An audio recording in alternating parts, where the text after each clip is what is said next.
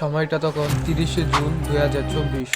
তখন আমি অনেক আশা নিয়ে একটা ইউটিউব চ্যানেল খুলি এবং ইউটিউব চ্যানেল খোলার 3 মাসের ভিতরে আমি 1000 সাবস্ক্রাইবার এবং 4000 ঘন্টা ওয়াচ টাইম পূরণ করে মনিটাইজেশনের জন্য আবেদন করব।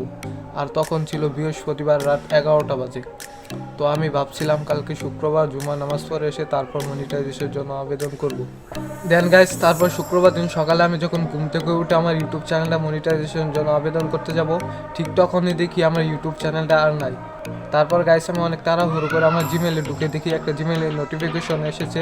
নোটিফিকেশনটা হলো এমন যে আপনার ইউটিউব চ্যানেলটা অন্য ডিভাইসে লগ ইন করা হয়েছে। তারপর গাইস আমি অনেক ভয় পেয়ে তাড়াতাড়ি করে ইউটিউব চ্যানেলটা আবার লগ ইন করতে গেলাম, দেখি পাসওয়ার্ডটা চেঞ্জ করা হয়েছে। আর গাইস আপনারা এতক্ষণে বুঝেই গেছেন যে ব্যাপারটা কি।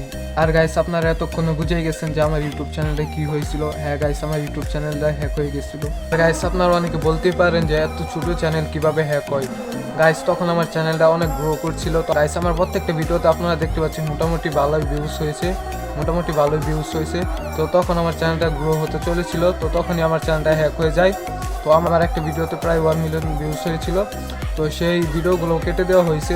আর গাইস চ্যানেলটা হ্যাক হওয়ার পর তারা নতুন করে আমার সেই ভিডিওগুলো কেটে দিয়ে নতুন কোনো ভিডিও সার্চ ছিল, তো কিছু ভিডিও সার্চ ছিল, তো আমি কয়েকটা দেখেছি। তো গাইস তারপর কিছুদিন পর প্রায় 1 মাস পর আমার ইউটিউব চ্যানেলটা ফেরত আসে। তো আমি দেখি আমার ইউটিউব চ্যানেলটা লগ ইন হয়ে গেছে আবার আমার ওখানে।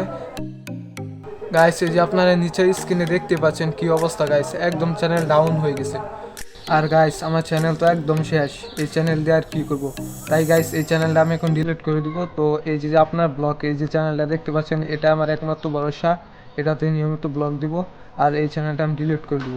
আর গাইস এই ভিডিওটা শুধুমাত্র আপনাদেরকে সতর্কতা করার জন্য ভিডিওটা তৈরি করা হয়েছে। আর গাইস সমস্ত কিছু বুঝে বলতে গেলে ভিডিওটা অনেক লং হয়ে যাবে। তো ভিডিওটা শুধুমাত্র আপনাদেরকে জানানোর উদ্দেশ্যে বানানো হয়েছে। তো অবশ্যই সবাই সতর্কতা অবলম্বন মেনে চলবেন। আজকে ভিডিওটা এই পর্যন্ত সবাই ভালো থাকবেন, সুস্থ থাকবেন। আল্লাহ হাফেজ।